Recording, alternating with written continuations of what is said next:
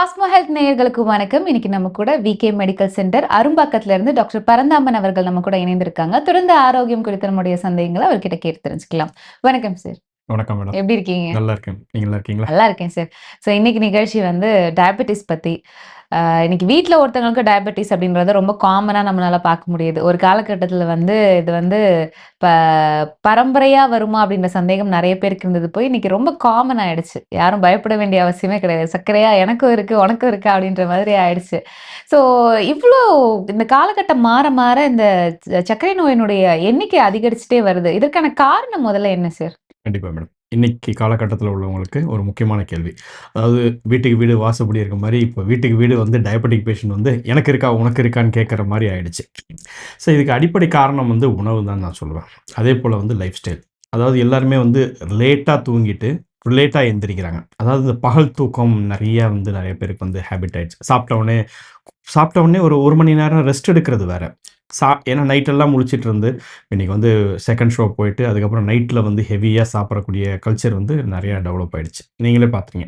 அது வந்து ஐடியோடைய லைஃப் ஸ்டைலா இருக்கலாம். இன்னைக்கு இருக்கக்கூடிய பீப்பிள் வந்து சினிமாலாம் போறது வந்து ஒரு ஹேபிட். சாதாரணமா தூங்குறதுக்கே 12 மணி, 12 1 மணி மணி ஆயிடுச்சு. ஆயிடுது சார். அப்போ அப்ப நீங்க உடம்புல வந்து அவ்வளோ நேரம் நீங்க முழிக்க முழிக்க, உங்களுக்கு என்ன ஆகும்? பாடியில வந்து பித்தம் அதிகமாகும். அப்போ அந்த பித்தம் நம்ம வந்து வாத, பித்த, கஃபம் அப்படின்றது வந்து பேசிக் ஃபண்டமெண்டல் ஆயுர்வேதா.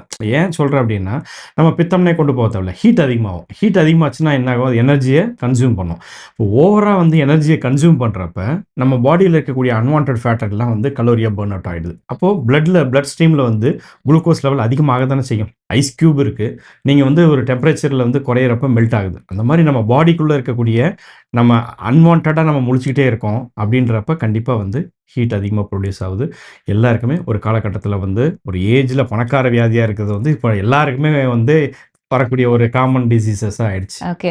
இன்னைக்கே வந்து வீட்ல ஒருத்தவங்களுக்கு அப்படின்னு நம்ம சர்க்கரை நோய பார்க்குறோம். இன்னும் வரக்கூடிய காலகட்டத்தில இதனுடைய எண்ணிக்கை எவ்ளோ தூரம் அதிகரிக்க வாய்ப்புகள் இருக்கு சார்? கண்டிப்பா மேடம். WHO வந்து இதுக்குன்னு ஒரு பெரிய ஒரு பிளானே பண்ணி ரிசர்ச் பண்ணிட்டு இருக்காங்க. ஏன் அப்டின்னா, இந்த ஹைப்பர் டென்ஷன், டயபெட்டிக் இது 2மே இன்டர்லிங்க் ஆனக்கூடிய ஒரு அண்ணன் தம்பி மாரி ஒரு பிரதர்ஸ் ஆயிட்டாங்க. இப்போ ஒரு கொஞ்ச நாளைக்கு முன்னாடி டயபெட்டிக் மருந்து எடுத்திருந்தவர், கொஞ்ச நாளைக்கு அப்புறமா வந்து பார்த்தீங்கன்னா, பிரஷருக்கும் மருந்து எடுக்கிறார். இப்ப இன்னைக்கு வந்து ஆ 30% இருக்கிறது, அடுத்த 5 வருஷத்துக்குள்ள 80% ஆயிடும். இப்ப நீங்க வந்து பாப்புலேஷன்ஸ் வந்து ஏன் அப்டின்னா, இன்னைக்கு நீங்க ரைஸ் வந்து நீங்க சாப்பிடக்கூடிய ரைஸ் வந்து குக்கர்ல வேக வச்சு நீங்க சாப்பிடுறீங்க. எல்லாமே பாலிஷ்டு. அப்போ உள்ள போட்ட உடனே எனர்ஜியா கன்வெர்ட் ஆயிடுது. அன்னைக்கு ரைஸ் வந்து பயிரிட்டு அது வரத்துக்கே 6 மாசத்துலருந்து 9 மாசம் வரைக்கும் இருந்தது. இன்னைக்கு வந்து 3 மாசத்திலே வருது. அத பாலிஷ் போட்டு நீங்க கொண்டு வந்துர்றீங்க. அது பாலிஷ் போட்டு வந்ததையும் நல்லா வந்து அரிசி ஊற வச்சு குக்கர்ல வேக வைக்கிறப்ப, அதில இருக்கக்கூடிய சக்கைய மட்டும் தான் நம்ம சாப்பிடுறோம். அப்போ அந்த ஃபைபர் நம்ம இல்லாம சாப்பிடுறது தான் மெயினான காரணம். ஓகே. இந்த குக்கர் சாதத்தினாலே வந்து டயபெட்டிஸ் அளவு அது அதிகரிக்க வாய்ப்பு மட்டுமே இருக்கா கிடையாது. சார்? அந்த கல்ச்சர் வந்ததுக்கு அப்புறம், நமக்கு வந்து அரிசியில இருக்கக்கூடிய தயமினுடைய எனர்ஜி ஃபுல்லாவே வந்து உங்களுக்கு வந்து ப்ராப்பரா கிடைக்கிறதில்ல. அன்னைக்கு வந்து மண்பானையில வச்சு சாப்பிடுறப்ப, அவங்களுக்கு கேஸ் ட்ரபிள் இல்ல, சுகர் இல்ல, எதுவுமே இல்ல. அப்போ குக்கர் சாதம் தான் மெயின் காரணமா கிடையாது. அதுவும் ஒரு காரணம். நம்ம மெயினா வந்து லைஃப் ஸ்டைல். நீங்க வந்து ப்ராப்பரா டைமுக்கு சாப்பிடுறீங்க. நிறுத்தி நிதானமா சாப்பிட்டு, உடற்பயிற்சி அப்படின்றதே யாருமே பண்றதே கிடையாது. உடற்பயிற்சியா அப்படின்றது வந்து ஜிம்முக்கு வந்து இன்னைக்கு போற கல்ச்சர் இருக்கு. இயர்லி பிரீமியம் கட்டிர்றாங்க. ஆனா வந்து எல்லாருமே போறாங்களான்னா கிடையாது. அத வந்து கொஞ்சம் பழக்கப்படுத்திக்கிட்டாங்க அப்படின்னா, இனிஷியலா வந்து இருக்கக்கூடிய சிம்ப்டம்ஸ் வந்து பெரிய அளவுக்கு போகாத அந்த யங்ஸ்டர்ஸ் இன்னைக்கு நம்ம ஸ்டடி பண்ண ஆரம்பிச்சோம்னாமே, வரக்கூடிய ஜெனரேஷன் அடுத்த வோட்டிங் பீப்பிள்ஸ வந்து பிரிவென்ட் பண்ணலாம் அப்படின்றத வந்து நம்ம எடுத்துக்கலாம் மேம். ஆயுர்வேதத்த பொறுத்தவரைக்கும் இந்த டயபெட்டிக்கு நம்ம கிளினிக்ல ஸ்பெஷலி என்ன மாதிரியான ட்ரீட்மெண்ட் ப்ராசஸ் எல்லாம் குடுத்துட்டு இருக்கீங்க கண்டிப்பா சார்? மேடம்.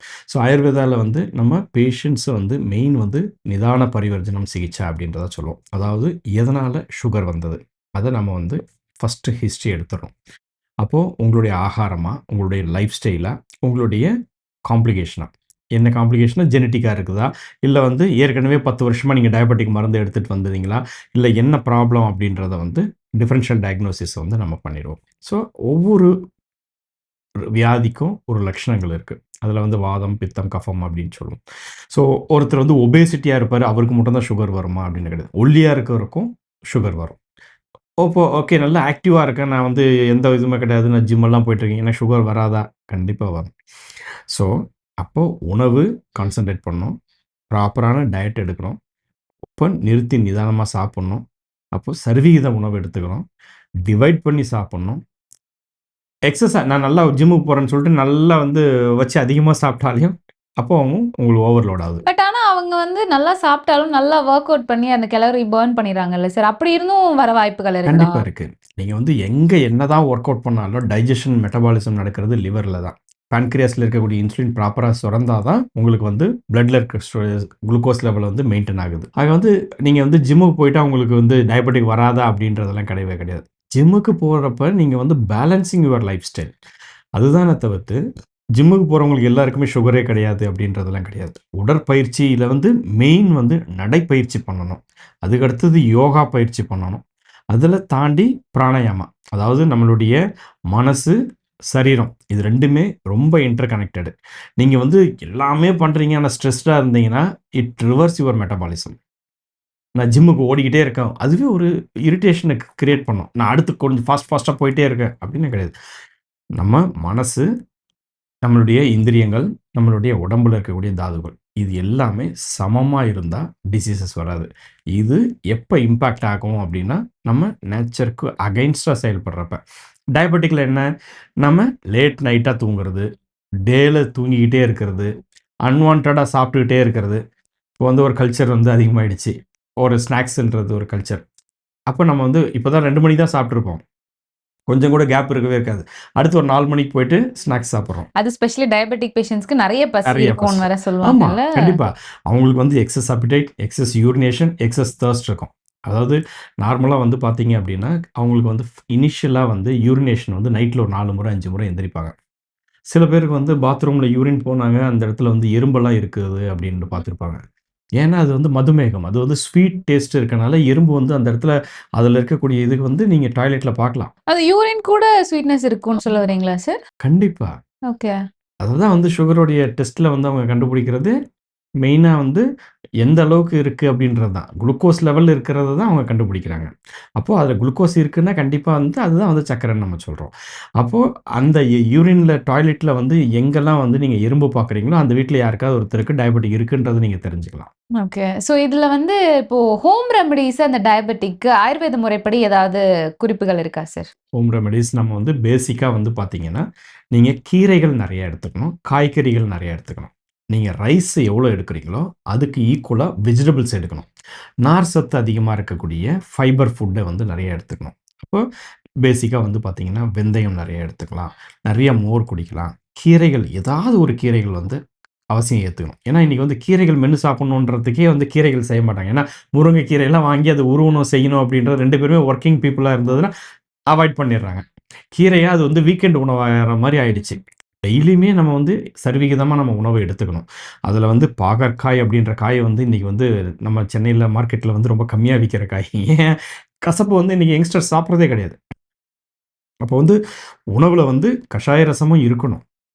அப்போ வந்து எல்லாமே சரிவிகிதமா இருந்தா மட்டும் தான் உடம்புல இருக்கக்கூடிய வந்து வாத, பித்த, கஃபம் பேலன்சிங்கா இருக்கும். ஸோ, அப்போ டயபெட்டிக்ல வந்து அக்னி வந்து ப்ராப்பரா இருக்கணும். அத வந்து பித்தத்த வந்து நம்ம கரெக்ட் பண்ணி பேலன்ஸ் பண்ணோம்னாவே வாதம் டிஸ்டர்பன்ஸ் ஆகாது. அப்போ உங்களுடைய மெலிட்டஸ் அதாவது உங்களுடைய சுகர் வந்து எக்ஸஸ் ஆகுறத வந்து பான்கிரியாஸ் ப்ராப்பரா மெயின்டெயின் பண்ணி உங்களுடைய குளுக்கோஸ் லெவல வந்து கரெக்ட்டா வச்சுக்கும். ஓகே. ஸோ இந்த டயபெட்டிஸ் பொறுத்தவரைக்கும் நெறைய பேர் சந்திக்கிற ஒரு விஷயம் என்ன அப்படின்னு பார்த்தீங்கன்னா, இந்த உடல் மெலிந்து போறது அப்படிங்கிறது தான். ஸோ இத நம்ம வந்து ஆயுர்வேத முறைப்படி சரிப்படுத்திக்க முடியுமா சார்? கண்டிப்பா மேடம். ஸோ அதாவது சுகர வந்து ஆரம்பத்தில நீங்க வந்து பார்க்கணும். அதில வந்து நீங்க வந்து எந்த முறை எடுத்தாலும் நீங்க வைத்தியம் வந்து ப்ராப்பரா பார்க்கணும். சரிங்களா? நீங்க ஒரு 3 மாசம் எடுத்துட்டீங்க. உங்களுடைய அட்வைஸ்ல நீங்களே வந்து எனக்கு சுகர் கண்ட்ரோல் ஆயிடுச்சு அப்படின்னு மாத்திரைய வந்து ஸ்கிப் பண்ணிடுறாங்க. இல்ல மருந்துகள ஸ்கிப் பண்ணிடுறாங்க. ஸோ அடிப்படையா வந்து எக்ஸஸா யூரின் போயிட்டே இருக்கு. அது வந்து சுகர்னால இருக்கு அப்படின்னு விட்டுர்றாங்க. அப்போ ஒரு மருந்துகள் அவங்களுக்கு அடிப்படையா ஒத்துக்குதா அப்படின்றத நீங்க வந்து இது பண்ணணும். ஒரே மருந்து உங்களுக்கும் குடுக்கலாம், எனக்கும் குடுக்கலாம். ஆனா உங்களுடைய நேச்சர் ஆஃப் அக்னி பலம், உங்களுடைய பிரகிருதி அத வந்து அப்சர்வ் பண்ணுதா அப்படின்றத பார்க்கணும். அதனால தான் நாங்க வந்து ஒரு வியாதினா 48 நாள் ஒரு மண்டலம். அந்த மருந்த வந்து குடுத்து, அவங்களுடைய செரிமான சக்திக்குள்ள அது போய் அது வேலை செய்யுதா அப்படின்றத பார்ப்போம். அப்போ அதுக்கு மாத்தி குடுக்கணும். அந்த மாரி ஒரு ப்ராப்பரான வைத்தியத்த வந்து அவங்க ஆயுர்வேதா முறையிலயோ, சித்தா முறையிலயோ, அலோபதி முறையிலயோ எங்க இருந்தாலும் ப்ராப்பரா ஃபாலோ பண்ணணும். குறைஞ்சது 3 மாசம் எடுத்து அவங்க ஆவரேஜ் சுகர் HbA1c அப்படின்ற டெஸ்ட்டை எடுத்து அது கண்ட்ரோல் ஆயிருக்கா அப்படின்றத வந்து அவங்க பார்க்கணும். ஸோ நான் வந்து சுகர் மருந்து சாப்பிட்றேன்னு சொல்லிட்டு இவங்க என்ன பண்ணுவாங்க, அடிஷ்னலா வந்து சாக்லேட் சாப்பிட்றது. ஒரு நாள் தானே அப்படின்னு சொல்லிட்டு நிறையா வந்து அப்படி ஒரு நாள் வந்துரும். ஒரு நாள் ஸ்வீட், ஒரு நாள் வந்து ஜங்க் ஃபுட், ஒரு நாள் பிரியாணி. இப்படி வந்து அவங்களுக்கு வந்து ஏன்னா அவங்க பேஷண்ட்டா இருக்க விரும்பல ஃபர்ஸ்ட்டு. ஏன்னா இது ஒரு அவங்க வந்து பேஷண்ட்டுன்னு யோசிக்கிறது கிடையாது. இது லைஃப் ஸ்டைல் டிசீஸ் அப்படின்னு இன்னைக்கு ஒரு மாடிஃபைட் டெர்ம் இருக்கு. ஆனா, அது வந்து அப்படியே போறதுனால டயபெட்டிக்கோட அட்வர்ஸ் காம்ப்ளிகேஷன்ஸ் போயிடுது. அப்போ அவங்களுக்கு வந்து கிரானிக் கிட்னி டிசீஸ் லெவல்ல போயிடுறாங்க. இப்போ ஆயுர்வேதத்தில வந்து இத ப்ராப்பரா மேனேஜ் பண்ணீங்க அப்படின்னா, உங்களுக்கு அந்த adverse reaction diabetic retinopathy, diabetic neuropathy, kidney failure இதெல்லாம் வந்து ஈஸியா நீங்க தவிர்க்கலாம். ஏன்னா, இன்னைக்கு 30 வயசுல இருக்கவங்களுக்கே டயபெட்டிக் வந்துருது. ஸோ அது எதுக்கு சொல்ல வரேன்னா, நான் வந்து இந்தியால வேலை பார்க்குறேன். யுஎஸ்க்கு வேலை பார்க்குறப்ப டைம் ரிவர்ஸ் ஆயிடுது. அப்போ உங்க உடம்பு வந்து நீங்க ஜெனடிக்கலா காலங்காலமா உங்களுடைய ஜீன் எப்படி மெமரி ஆயிருக்கும், அது உங்களுக்கு அந்த டியூனிங் வந்து மாறும். நீங்க ஃபாரின்லேருந்து இங்க வந்தாவே டே அண்ட் நைட் மாறுது. அப்போ நீங்க வந்து against to nature, against to உங்களுடைய உடம்பு நீங்க இது பண்றப்ப, கண்டிப்பா வந்து உங்களுடைய பாடியோடைய பிரகிருதி மாறும். பிரகிருதி மாறுச்சுன்னா மனசு டிஸ்டர்ப் ஆகும். மனசு டிஸ்டர்பன்ஸ் ஆகுறப்ப, கண்டிப்பா உடம்பு டிஸ்டர்பன்ஸ் ஆகும். ஸோ, அப்போ பசி இருக்காது. இல்ல ஓவர் பசி இருக்கும். இது வந்து டயபெட்டிக்கான லட்சணமா நீங்க எடுத்துட்டு, அத ப்ராப்பரா ஆகாரம், ஸ்லீப், எக்சர்சைஸ், யோகா, மெடிடேஷன்ஸ் இன்னைக்கு வந்து இன்டர்நேஷனல் யோகா டேன்றனால இத எல்லாருமே ஃபாலோ பண்ணாங்கன்னா, அடுத்த ஜெனரேஷன வந்து ஈஸியா வந்து தவிர்க்கலாம். ஸோ, இன்னைக்கு நிகழ்ச்சியில ஆயுர்வேத முறைப்படி டயபெட்டிஸ நம்ம எப்படி அணுகணும் அப்படின்ற விஷயம் நீங்க எங்களுக்காக சொன்னீங்க. ஸோ, இந்த விஷயங்கள ஃபாலோ பண்ணாலே வந்து ஆயுர்வேதத்திலிருந்து நம்ம சர்க்கரை நோயை கட்டுக்குள்ள வைக்கலாம் இல்லையா? ஸோ, அதுக்கு ஒரு தெளிவான விளக்கம் குடுத்தீங்க. நன்றி டாக்டர். நன்றி மேடம்.